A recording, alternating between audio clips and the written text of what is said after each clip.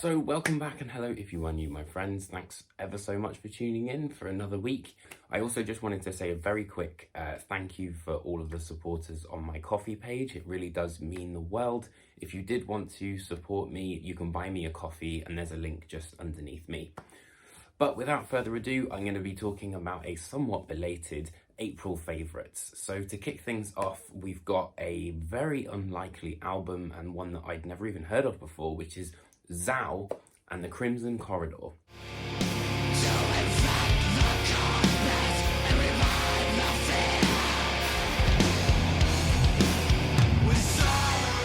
So as I mentioned, Zao are a band that I've never actually really heard of. This was my first experience with the band, and I've got to say, I was really blown away. The band kind of combine elements of, from what I can tell, post-rock, sort of death metal, hardcore. It was kind of like if maybe Cave In, Isis and the Red Chord all hung out with like Pig Destroyer. It was really interesting, and I think that's one of the reasons that it's my feature favourite for this month. And you know, the record has a very ferocious vocals. They're sort of like a bit like that, but it's also got a lot of very clean and quite serene passages, which is what reminded me of that sort of Isis sort of vibe. I would have to say that my highlights would be Nothing's Form, the title track, Crimson Corridor, and The Web. So these are all kind of slightly longer songs, but they take a bit more time to kind of like gestate and really kind of get out there, which, you know, appeals to the prog fan in me.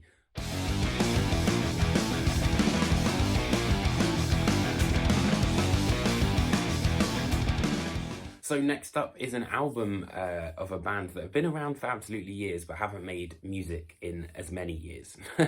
So if you're not familiar with them, Liquid Tension Experiment released their new album, which is 3.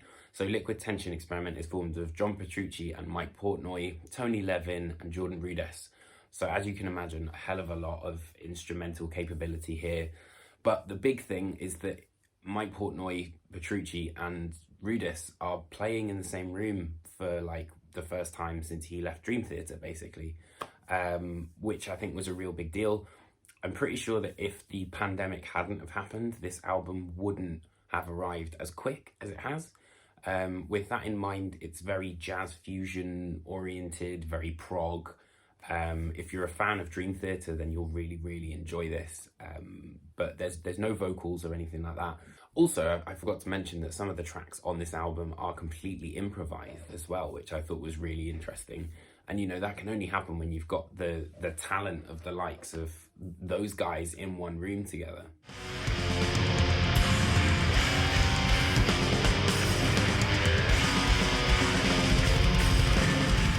This will appeal to the kind of dissonant death metal worshippers, you know, the fans of like Ulcerate, things like that. They're a Canadian-based band and really surprised me. Again, not a single song is shorter than 6 minutes. So again, it kind of goes for that more progressive sort of sound. And they're really trying something a bit more different than the normal kind of death metal crowd. One of the songs I really liked kind of almost sort of had the tempo change, but like really slowly. There's a lot of kind of atmospheric swirling sort of feel going on here. But if you're, like I said, a fan of the dissonant death metal kind of stuff, I think you'll really find a lot to enjoy from Internate.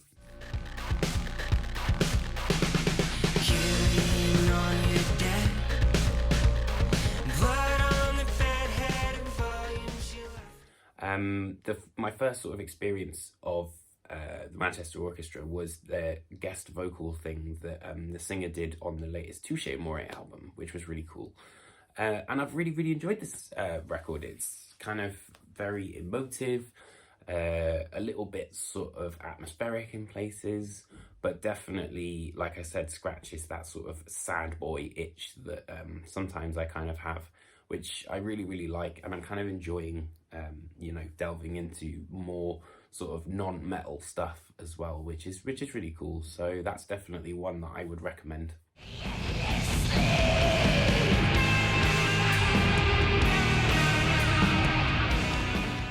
So this is another band to come out of Colorado, which is such a fertile land at the minute. They're kind of a combination of sludge, a little bit of a kind of progressive sort of vibe, and a lot of doom as well. Paul Rydell from Blood Incantation is on one of the tracks.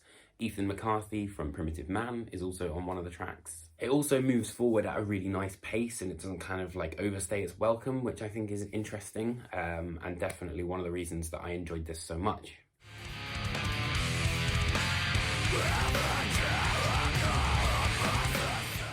This is like, if you're a fan of Converge, Dillinger, you know, Cult Leader, that sort of vibe, then you'll really, really enjoy this. There's a kind of part of me which reminded me of Umbra Vitae, a little bit of Iron Dissonance as well. They're a band from New Zealand, and the album is about 26 minutes, but it just rips through you.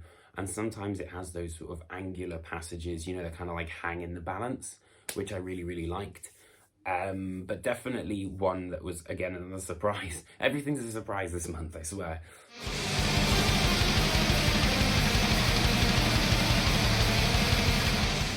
Full-on Dark Throne style black metal, but without that sort of in a tin can production. There's a lot of power which kind of comes through on this album, and it cuts through that sort of 90s era black metal really, really well. And some of the highlights for me have to be Frigid and Spellbound and Mausoleal Drift. These are kind of songs which just make you feel like you've been shot out of a cannon. But they are very immediate, I would say, especially throughout that album. It was a big surprise, especially given how kind of black metal can not necessarily do it for me a lot.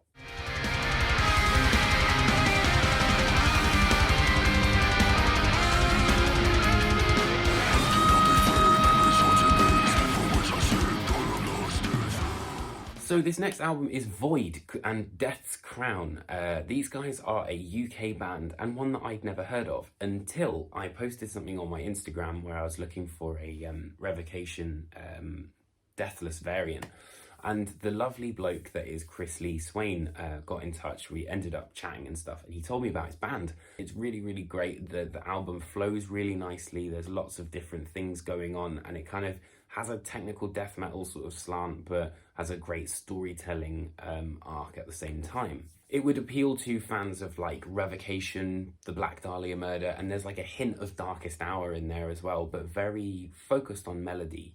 And lots of interesting kind of twists and turns, really interesting guitar solos as well. I wouldn't be surprised if these guys get picked up by an independent label fairly, fairly soon, because I think they're going to be really good.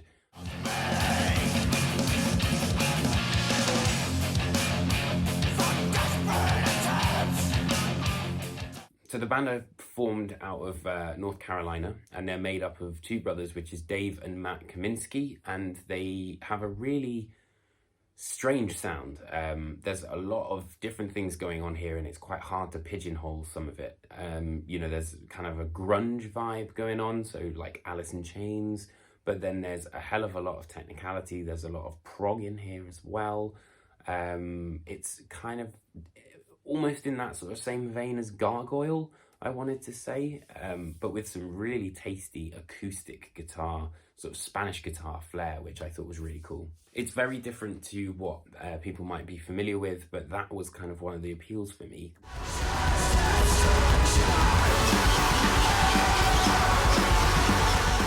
And so I end my recommendations with The Armed and their album Ultra Pop. So this album, it was kind of a bit of a bitter pill to swallow at first, because it's so intense sometimes that it just, if you're not in the right mood, it doesn't kind of quite hit the mark. But again, it's a very eclectic sound that these guys have got going on. If you're a fan of like Dillinger, Genghis Tron, you'll probably really like it, especially given that the singer of The Armed was on the new Genghis Tron album.